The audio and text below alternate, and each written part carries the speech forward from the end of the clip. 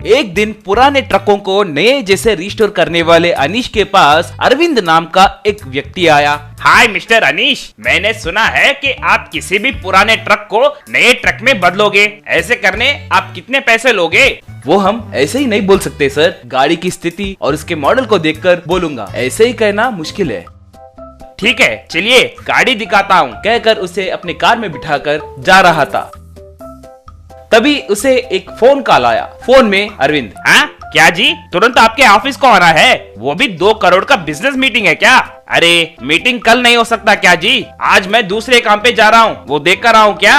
अरे ऐसे अचानक से कहे तो कैसे जी? क्या अब मैं इस मीटिंग को नहीं आया तो 2 करोड़ रुपए का नुकसान होगा क्या? ठीक है अभी आ रहा हूँ, कहकर अनीश से अरविंद। सॉरी मिस्टर अनीश, मुझे एक अर्जेंट काम से बाहर जाना है। अगर आपको कोई तकलीफ ना हो तो आपके व्हाट्सएप को उस गाड़ी का लोकेशन भेजूंगा, आप सीधे जाकर उस गाड़ी को अपने गैराज ले जाइए।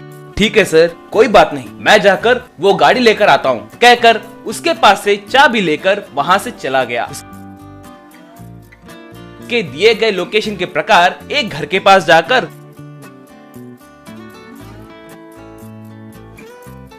उस घर के सामने पार करके रखे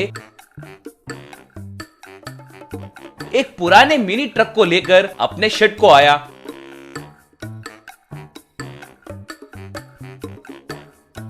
वो उसे खोलकर उसकी मरम्मत करने ही वाला था, इतने में अरविंद वहां पर आया। हाय अनीश, मेरे गाड़ी को यहाँ लाने के लिए बहुत धन्यवाद। लगता है मैंने आपको बहुत कष्ट दिया है, मेरा काम कैंसिल हो गया है, इसीलिए मैं फिर लौट कर आया हूँ। आपको कोई तकलीफ नहीं पहुँची ना? नहीं सर, ऐसा कुछ नहीं है, ऐसे कह रहा था। इतने में अरविंद को फिर से एक और फोन कॉल आया। फोन उठाकर अरविंद। हाँ पंडित जी बोलिए, आजकल मेरा टाइम ही खराब चल रहा है जी। आज 2 करोड़ का बिजनेस डील हाथ लगते लगते फिसल गई। अगर कोई पूजा या परिष्कार है तो बताइए, मैं करूँगा। अरविंद जी, अब आप कहाँ पर हैं और क्या कर रहे हैं? वही हमारे दादाजी के जमाने का मिनी ट्रक है ना, वो मुझे बहुत पसंद है, इसीलिए उसकी मरम्मत करके उसे नए ट्रक के जैसे बनाने मैकेनिक के पास आया हूँ। अरे रे, आप ये क्या कर रहे हैं जी? आज शनिवार है, शनिवार के दिन लोहे के संबंधित कोई काम नहीं करवानी चाहिए। अगर ऐसे किए तो आप बर्बाद हो जाओगे। मेरी बात मानो और उस गाड़ी को तुरंत लेकर आओ। अगर चाहे तो कल मरम्मत करवा लेना। अरे पंडित जी, हमने पहले ही गाड़ी को मैकेनिक शेड के पास लाकर रख दिया है। अगर चाहे तो गाड़ी को यहाँ पर ही रखकर कल काम शुरू करवाऊंगा। नहीं, मेरी बात सुनो, गाड़ी को कल दो। आपको मेरे भविष्यवाणी पर भरोसा है ना? आप मेरे बातों पर यकीन करते हो ना? ठीक है जी, आपकी मर्जी। मगर ये बेचारा मैकेनिक क्या सोचेगा? अभी तक मैंने मैकेनिक के मदद से ही गाड़ी को यहाँ पर लाया। एक बार फोन मैकेनिक को दीजिए, मैं उनसे बात करूंगा। कहते ही अरविंद फोन अनीश को दिया। अनीश से पंडित। मैकेनिक जी, आप गलत मत सोचिए, हमारे अरविंद को माफ कीजिए, उन्हें कुछ बातें नहीं पता। कल वो खुद गाड़ी को आपके शेड के पास लाकर रखेंगे। अगर आज काम शुरू किए तो पूरा काम बर्बाद हो जाएगा। वो काम कल करे तो ठीक है, आप कुछ गलत मत सोचिए। ठीक है जी, ठीक है, कहकर फोन रख दिया। अनीश, मुझे माफ करो, कभी कभी ऐसे भविष्यवाणी पर भरोसा करना पड़ेगा। ठीक है, मैं ये मिनी ट्रक को ले जाकर कल लेकर आऊंगा। तब तक मेरे नए कार को आपके पास ही रखूंगा, कहकर अपने नए कार को वहीं रखकर मिनी ट्रक को चलाते हुए वहां से चला गया और अगले दिन उस मिनी ट्रक को लेकर आया।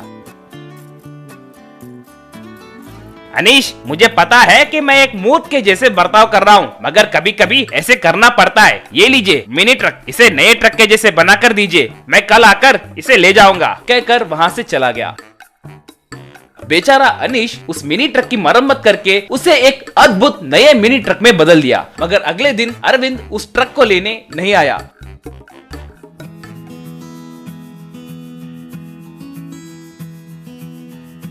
2-3 दिन इंतजार करने के बाद उस रिस्टोर हुए नए मिनी ट्रक को देखते हुए अगर अब इसे अरविंद जी देखे तो दंग रह जाएंगे। मगर वो बेचारे अब तक क्यों नहीं आए? हाँ, वो एक बड़े बिजनेसमैन है ना, इसीलिए वो व्यस्त होंगे। शायद इसीलिए इसे ले जाने नहीं आए होंगे। फोन भी स्विच ऑफ आ रहा है, क्या हुआ पता नहीं, ऐसे सोचने लगा। तभी थोड़े गुंडे वहां पर आए।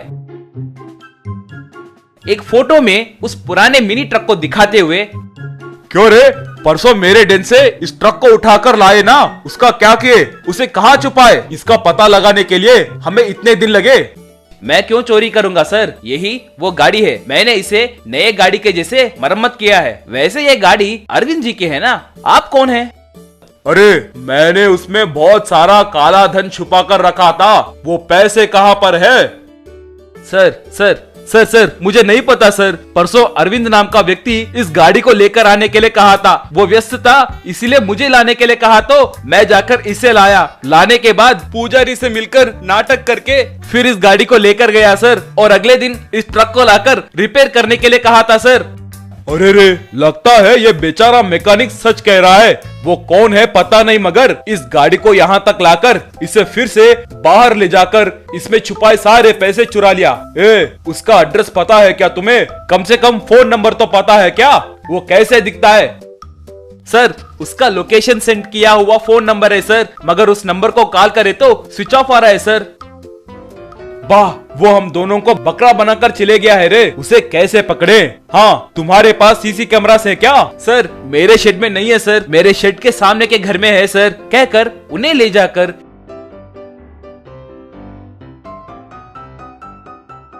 सीसीटीवी फुटेज दिखाया। सीसीटीवी फुटेज दिखाते ही अरविंद को पहचान कर एक गुंडा, सर ये हमारे पास काम छोड़ने वाला मुन्ना है सर, सिर्फ इसे ही ट्रक में पैसे छुपाने की बात पता है सर, इसीलिए होशियारी से प्लान करके हमारे पैसे चुराया है सर। ठीक है, उसे कुछ भी करके पकड़ो, कहकर आदेश दिया।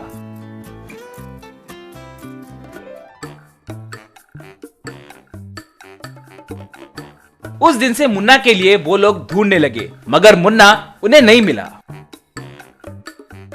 Remote control snake thief.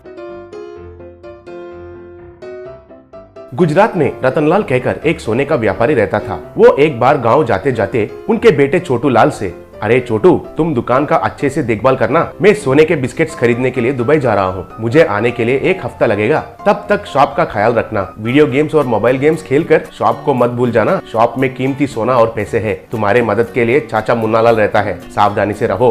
पिताजी, अब जब भी जाते हो तो मैं ही आपका बिजनेस संभालता हूँ, उसके लिए इतने बार मुझसे क्यों कहते हो?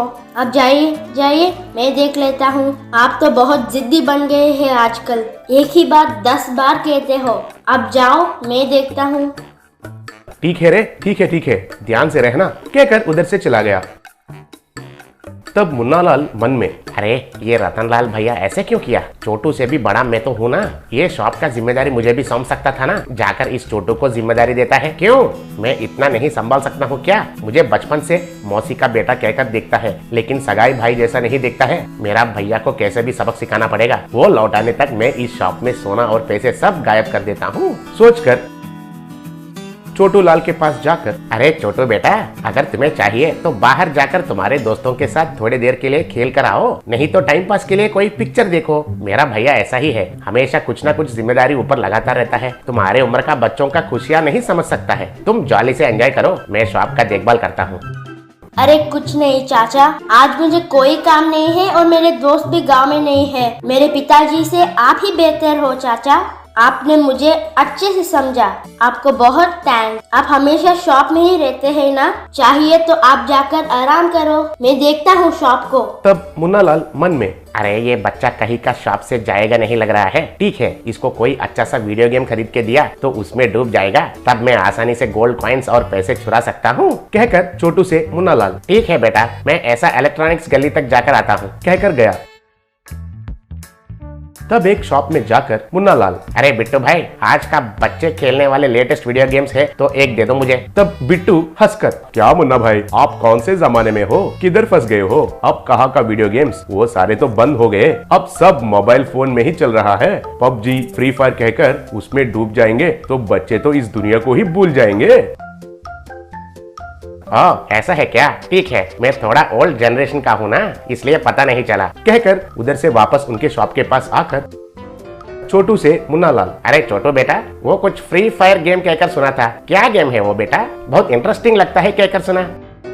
जी हाँ चाचा, बहुत इंटरेस्टिंग लगता है, आजा आपको भी सिखाता हूँ।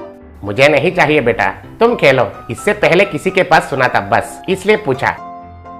ठीक है चाचा, कहकर मोबाइल में गेम्स खेलने में डूब गया। ये मौका को लेकर मुन्नालाल उस शॉप में सोना और रुपयों को चुरा कर उनके जेब में डालकर चला गया।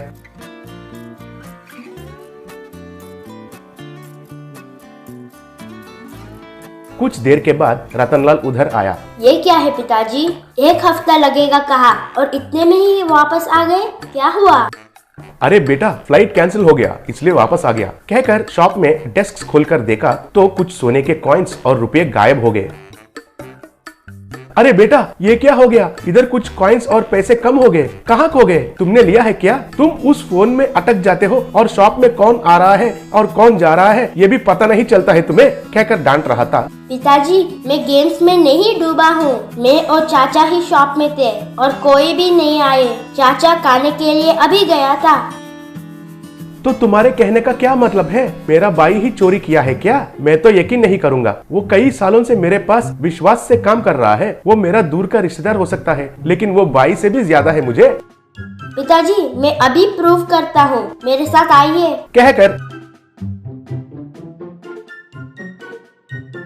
पिताजी को लेकर उनके कार में एक रिमोट शाम को लिया।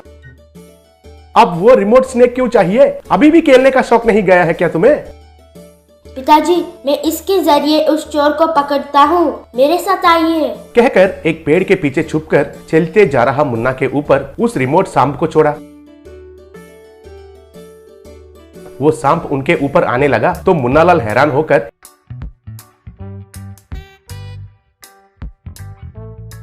एक जंप मारकर नीचे गिर गया।